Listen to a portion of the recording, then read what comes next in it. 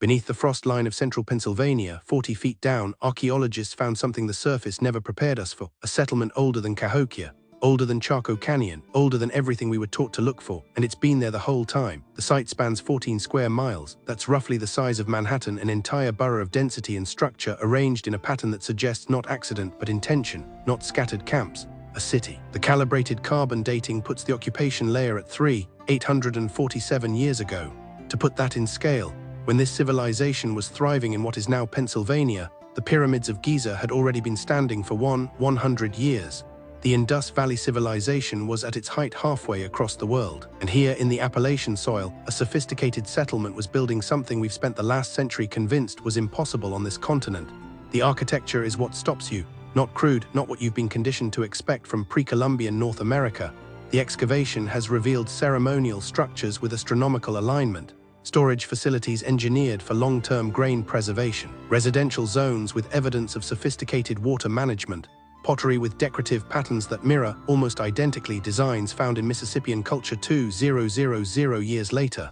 There's a word archaeologists use when they find something that doesn't fit the established timeline: anachronistic. It means out of time, wrong when it should be right, impossible in the wrong era. But that word is doing something else here.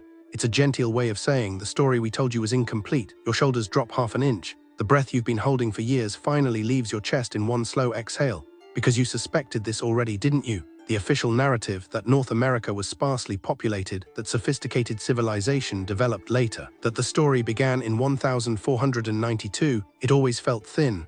The gaps too convenient, the timelines too neat. And now there's something physical under the dirt that confirms what you've been quietly unsure about for years. The erasure wasn't accidental. Institutional archaeology in North America was built on a specific framework, proved that indigenous peoples were less advanced, less organized, less than European contact required. That framework was never neutral. It was a justification architecture. If you could convince yourself and the public that the continent was essentially empty, essentially simple, then the doctrine of discovery wasn't conquest, it was development. This site had to be invisible to that story, so it was. The evidence existed for longer than most people realize. The site was first documented in a surveyor's report in 1887, mentioned again in a state geological survey in 1923. The artifacts were in museum collections unexamined. The oral histories from Appalachian families, stories about the old city, about stone foundations no one could explain, were filed under folklore, not data, not real, just the unreliable memory of people too close to the land to see it clearly. What changed wasn't the evidence, it was the instruments. In the last 5 years, ground-penetrating radar technology became precise enough and affordable enough that smaller teams could scan beneath the surface without excavation. What they found was a three-dimensional map of a settlement that had been right where the textbooks said nothing could be. The layout is what argues for intelligence and planning.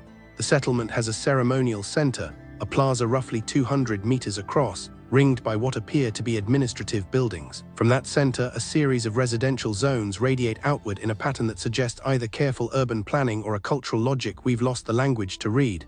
Storage structures are positioned on the highest ground, water management. Defensive considerations are evident in the settlement's edges. Someone was thinking about feeding people, protecting people, building something meant to last. The pottery tells another story. The designs are so similar to later Mississippian work that archaeologists are asking the question nobody wanted to ask for a century. Was there cultural continuity? Did this civilization not disappear but transform? Did it move? Did it fragment? Or did the official historical narrative simply miss the connecting thread because it wasn't looking for it? The climate record offers a clue. Around 600 years ago, right when this site seems to have been abandoned, the North American climate entered a period of instability. The medieval warm period. Archaeological evidence from dozens of sites shows population movements, settlement consolidation, migration patterns that suggest people were responding to environmental pressure. This settlement didn't vanish. Its inhabitants moved, they adapted. They probably mixed with other populations, carried their knowledge forward, became part of the broader indigenous civilizations that would develop in the centuries after. But that narrative of continuity, of survival, of cultures adapting and persisting, doesn't fit the story that was profitable to tell. So the connection was never made. The site was left buried. The pottery sat in museums unlabeled. The oral histories were dismissed as folk memory. And a civilization, one that fed thousands of people, that built deliberately, that left behind artifacts of both practical and aesthetic sophistication, was erased not by time but by institutional choice.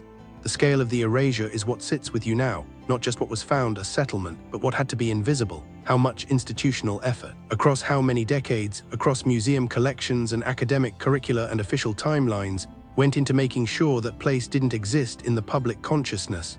Not lost to time, lost to design. And the question that opens in the silence after learning this: what else? What other settlements are 3 feet down in your backyard, waiting for ground-penetrating radar precise enough to see them?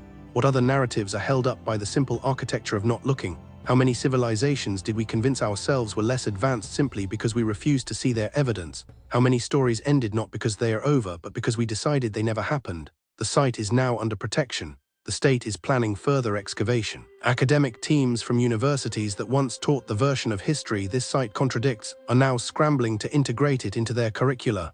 There are papers being written, conferences being scheduled. The official story is updating slowly, grudgingly, the way heavy things move when you finally apply enough pressure. But the weight of what was hidden doesn't lift with acknowledgement, it just distributes differently.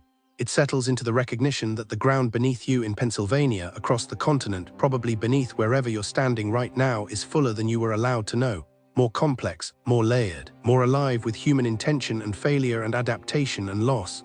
You were right to suspect the gaps. You were right to feel the thinness of the official story. Something real was under there, something real is still under there, and now the soil itself is becoming evidence.